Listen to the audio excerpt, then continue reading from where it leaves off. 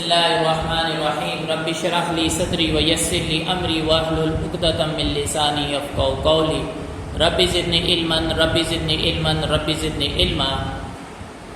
Math class 10 partial factorisation के topic को हम डिस्कस कर रहे हैं और जो क्वेश्चन हमने आज चूज़ किया है ये इसके अंदर जो हमने पार्शियल फैक्टराइजेशन को सॉल्व करने की जो 3 टाइप्स पढ़ी थी वो तीनों टाइप्स इस क्वेश्चन के अंदर इंक्लूड होगी। अब इस क्वेश्चन को अगर हम स्टार्ट करते हैं तो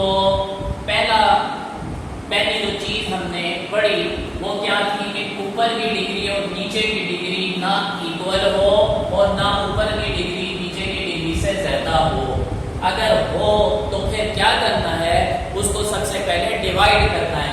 तो जरा चेक करें, ऊपर डिग्री यहाँ पे क्वेश्चन में 5 है और नीचे डिग्री आपकी 2 को 2 से मल्टीप्लाई करें तो 4 बन रही है।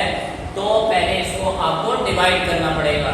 पहले तो ये जो आपके पास नीचे डिनोमिनेटर में स्क्वायर है, स्क्वायर को सॉल्व करना पड़ेगा क्योंकि ऐसे तो आप उसको डिवाइड नहीं कर पाएंगे। तो सॉल्व करने के लिए इसका फार्मूला ओपन कर लें। पहली रकम का स्क्वायर प्लस दूसरी रकम का स्क्वायर प्लस 2, पहली रकम इंटू दूसरी रकम। इसको जब हमने सॉल्व किया तो मेरे पास आंसर आया x की पावर 5 डिवाइड बाय x की power 4 plus 1 plus 2x square. अब इससे इस वैल्यू को डिवाइड कर लेते हैं। जो आपके पास न्यूमरेटर में वैल्यू है वो ऊपर रखी जाएगी, अंदर रखी जाएगी और डिनोमिनेटर के अंदर जो वैल्यू है वो बाहर रखी जाएगी 2x स्क्वायर प्लस 1। तरतीब से मैंने उसको रख लिया हुआ है। ये जो डिवीजन है ये आप अलजेब्रा के जो मेरे लेक्चर्स चल रहे हैं उसके अंदर इस डिवीजन को आप अच्छी तरह से समझ सकते हैं। इंशाल्लाह इस क्वेश्चन के बाद वो जो डिवीजन के मेथड्स हैं अलजेब्रा के वो भी अपलोड हो जाएंगे और कोशिश करूंगा कि उसका लिंक डिस्क्रिप्शन के अंदर आपको दे दूं ताकि आप डिवीजन को भी साथ साथ आसानी से समझ लें। तो यहाँ पे देखिए x की पावर 4 है और यहाँ पे x की पावर 5 है। इस x की पावर 4 को 5 बनाने के लिए x से मल्टीप्लाई करना पड़ेगा तो ये आपके पास x की पावर 5 बन गया प्लस 2x की पावर 3 बन गया प्लस x बन गया। अब डिवीजन का जो रूल था कटिंग के लिए वो आपने लगा लिया -2x3 -x। अब ये डिवीजन नहीं हो सकती। आप इसको यहाँ पे आंसर को कैसे लिखेंगे? आंसर आपके पास क्या आया है x, वो यहाँ पे लिख लिया। नीचे आपके पास क्या आया है -2x3 -x डिवाइड बाय आपके पास x की power 4 plus 2x square plus 1 आपके पास ये आया। अब आपने यहाँ पे सेंटर में क्या लिखना है, यहाँ प्लस लिखना है। ये जो माइनस है अगर हम इसको ऊपर साथ ही वैल्यूज के साथ ही रखें तो आखिर में चल के आंसर लिखने में आपको मसला नहीं होगा। अगर मैंने इसको यहीं पे माइनस को कामन लेके यहाँ पे ले आया फिर आप आंसर में जाके गलती कर देंगे, इसीलिए मैं इस माइनस को इसके साथ ही रख रहा हूँ। अब आप इस इक्वेशन को नाम दे दें इक्वेशन नंबर ए का, ठीक है। बल्कि इसको भी ना दें, हम इसको नीचे लिख लेते हैं और नीचे इसके फैक्टर भी बनाने हैं तो उसको देख के फिर लिखेंगे। ये आपके पास बनेगा x plus -2x3 -x divide by आपके पास ये जो आपने फार्मूला बनाया था इसको दोबारा उसकी ओरिजिनल शक्ल में ले आए। जो फैक्टर बने हुए थे उसको वापस ले आए, खुद बनाने की जरूरत नहीं है, बस जो क्वेश्चन किया हुआ था उसी को वापस यहाँ पे रख लें और इसको नाम दे दें इक्वेशन नंबर 1। इसके बाद अब जो डिवीजन के अंदर हमें पता है इस x का तो हमें कोई फायदा नहीं है, ना ही इस x से हमें कोई सरोकार है, ना ही इस x को कहीं हमने इस्तेमाल करना है। हमने तो इसको फैक्टराइज करना होता है, सॉरी पार्शियल फैक्टर इसके बनाने होते हैं, इसको तोड़ना होता है इस वाली वैल्यू को। तो इसको अलग कर दूंगा, इसको अलग नीचे मैं लिख रहा हूँ -2x की power 3 -x divide by x square plus 1 और होल स्क्वायर। नीचे अलग से लिख लिया। अब वैल्यू भी लगा ले जरा, इसके ऊपर बाहर स्क्वायर है तो 2 दफा लिखना पड़ेगा एक्स स्क्वायर प्लस 1 और होल स्क्वायर। जब मैं ऊपर कोफिशिएंट लिखने की बारी आएगी तो मुझे पता चला कि इस डिनोमिनेटर में तो क्वाड्रेटिक इक्वेशन पड़ी हुई है, तो ऊपर क्या लिखा जाएगा? ऊपर लिखा जाएगा ax प्लस b, और यहाँ पे भी क्वाड्रेटिक है तो यहाँ क्या लिखा जाएगा? cx plus d। इसको इक्वेशन नंबर बना लें 1। अब अगला स्टेप हमारे पास क्या आता है? मल्टीप्लिकेशन का स्टेप आता है। मल्टीप्लिकेशन की कर लेते हैं, multiplying by x square plus 1 whole square on both sides. दोनों तरफ पे हम इसको मल्टीप्लाई कर लेते हैं। तो अब जो हमारे पास वैल्यू बचेगी उसको हम आगे क्वेश्चन में चेक करते हैं क्या बचेगा। देखें यहाँ पे जब हम मल्टीप्लाई करेंगे इसकी डिनोमिनेटर में वही वैल्यू है जिससे हम मल्टीप्लाई कर रहे हैं, तो ये दोनों कट जाएंगे आपस में। क्या बचेगा आपके पास? आपके पास बचेगा -2x³ माइनस x। नेक्स्ट आपके पास क्या बचेगा? इक्वल लिख के आप लिखेंगे ax प्लस b। नीचे डिनोमिनेटर में x² प्लस 1 है और यहाँ पे होल स्क्वायर है, एक कट जाएगा एक बच जाएगा, उसको यहाँ पे लिख लेते हैं x² प्लस 1। स्क्वायर है और ये भी स्क्वायर है, ये पूरे का पूरा कट जाएगा और क्या बचेगा? cx प्लस d बच जाएगा, उसको मैं यहाँ लिख लेता हूँ cx प्लस d और इक्वेशन नंबर दे देता हूँ 2। क्लियर? अब इसके बाद इसको अगर हम मल्टीप्लाई कर लें तो हमारा क्वेश्चन आगे चल के आसान हो जाएगा। तो मैं मल्टीप्लाई करने लगा हूं, ये बन जाएगा ax³ plus ax plus bx² plus b plus cx plus d, और इसको नाम दे दें इक्वेशन नंबर 3 का। अब जरा गौर करता हूं तो मेरे पास तो कोई लीनियर इक्वेशन नहीं है, लीनियर नहीं है ना, ये तो क्वाड्रेटिक है।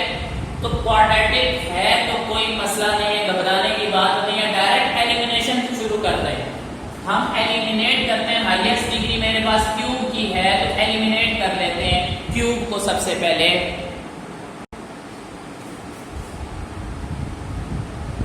Eliminate x³।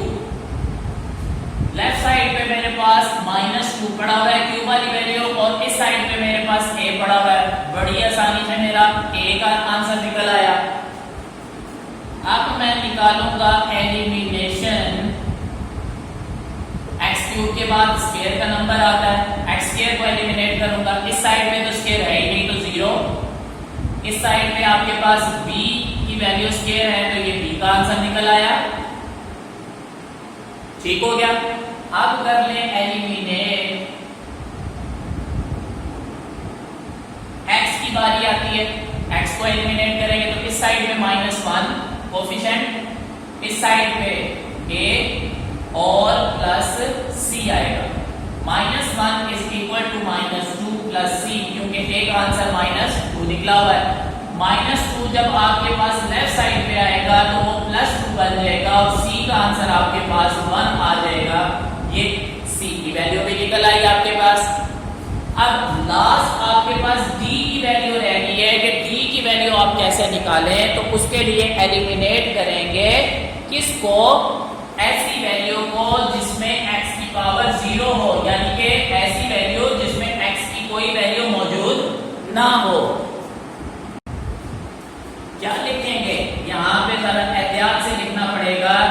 एलिमिनेट, ये मेरे ख्याल से फर्स्ट टाइम क्वेश्चन में आ रहा है जिसके अंदर हम एलिमिनेशन कर रहे हैं x की पावर 0 की। तो जब इस साइड पे मैं देखता हूं तो यहाँ तो ऐसी कोई वैल्यू नहीं पड़ेगी। आप भी अभी परेशान हो गए कि x की पावर 0 वाली तो वैल्यू है ही नहीं, कोई भी वैल्यू नहीं है। वैल्यू है, जरा ध्यान देंगे। इस साइड पे बगैर x वाली कोई वैल्यू नहीं है तो उसकी जगह क्या लिख देंगे? 0। यहाँ पे बगैर x वाली वैल्यू आपके पास b पड़ी हुई है और ये आपके पास साथ में d भी पड़ा हुआ है। बगैर x का मतलब मैं कैसे ले रहा हूँ? x की पावर 0 का मतलब क्या है? किसी भी चीज की पावर जब आप 0 ले रहे होते हैं तो उसका मतलब होता है 1। उसका मतलब क्या होता है? 1। तो यहाँ पे ऐसी वैल्यू आपने लेनी है जिसके अंदर 1 हो, यानी कि बगैर x वाली वैल्यू लेनी है, तो वो मैंने ले ली। b का आंसर आपके पास 0 निकला हुआ है। जब मैं यहाँ पे पुट करूंगा 0, तो d का आंसर भी क्या निकल आएगा? 0 निकल आएगा। इसको हाईलाइट कर देते हैं। आपके पास a b c d तीनों आंसर निकल आए। इसको मैं इक्वेशन नंबर 1 में सबसे पहले पुट करूंगा। नीचे लाइन लगा लेते हैं ताकि आपको आसानी रहे। पुट इन इक्वेशन 1, क्या बता रही थी equation 1?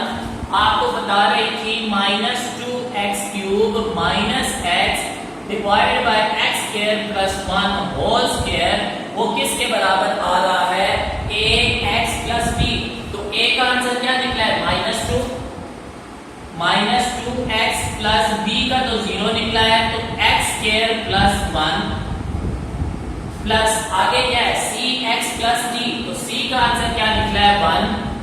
1x plus 0 divide by x square plus 1 और होल स्क्वायर। ये आपके पास इक्वेशन नंबर 1 का आंसर आया। अब इस इक्वेशन, अभी बात खत्म नहीं हुई, अभी आपका क्वेश्चन खत्म नहीं हुआ। अभी आपने असल आंसर निकालना है। इस इक्वेशन को पुट करेंगे इक्वेशन नंबर ए में। तो इक्वेशन नंबर ए आपके पास क्या थी, उसको मैं जरा चेकआउट करा देता हूं। उसमें x पीछे मौजूद था, x प्लस और ये सारी वैल्यू। इसका आंसर आपने ये निकाला है। ये इक्वेशन आपके पास मौजूद है जो आपने आंसर निकाला हुआ है। यानी कि ये जो सर्कल आउट मैंने किया हुआ है, इस इक्वेशन की जगह आप इसका आंसर पुट करेंगे जो कि अभी अभी आपने निकाला है। और उस आंसर को भी मैं हाईलाइट कर देता हूं इस तरह से। ये आंसर आपने इस सर्कल की जगह आपने पुट कर देना है जो मैंने इस साइड पे डाला हुआ है। ये इसके अंदर आपने पुट करना है। तो आपके पास आंसर क्या बन जाएगा? आंसर लिखने के लिए मैं थोड़ी सी जगह बना लेता हूं यहाँ पे। तो ये रेड पेन से मैं लिखने लगा हूं आंसर।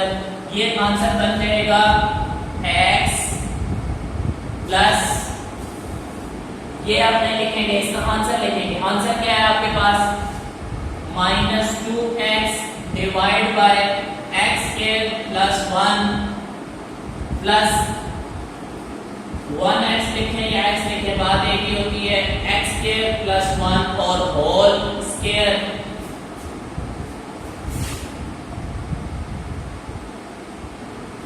मजीद कुछ करना चाहते हैं तो ये बन जाएगा x plus minus -2x divide by x square plus 1 plus x divide by x square plus 1 और होल स्क्वायर। उम्मीद करता हूं कि आपको ये क्वेश्चन अच्छे से समझ आ गया होगा। इससे पहले का जो क्वेश्चन है, क्वेश्चन नंबर 5, उसमें जहां पे क्वेश्चन के अंदर x की पावर 5 लिखी हुई है वहां पे x की पावर 4 है, लेकिन करना आपने बिल्कुल इसी तरह से है। पहले डिवाइड होगा, डिवाइड होने के बाद ये सारा पोर्शन आपका इसी तरह से चलेगा। तो आपके सामने जो क्वेश्चन नंबर 6 आपके सामने अटेम्प्ट किया गया है, इस तरह आज हमारा जो पार्शियल फैक्टराइजेशन के चैप्टर था वो भी पंजाब टेक्स्ट बुक के हवाले से खत्म हो जाएगा। और उम्मीद करता हूँ कि जो बच्चे इन लेक्चर्स में पार्शियल फैक्टराइजेशन के मेथड को समझना चाह रहे थे, उनको बहुत अच्छी तरह से ये पार्शियल फैक्टराइजेशन का जो मेथड है वो समझ आ गया होगा।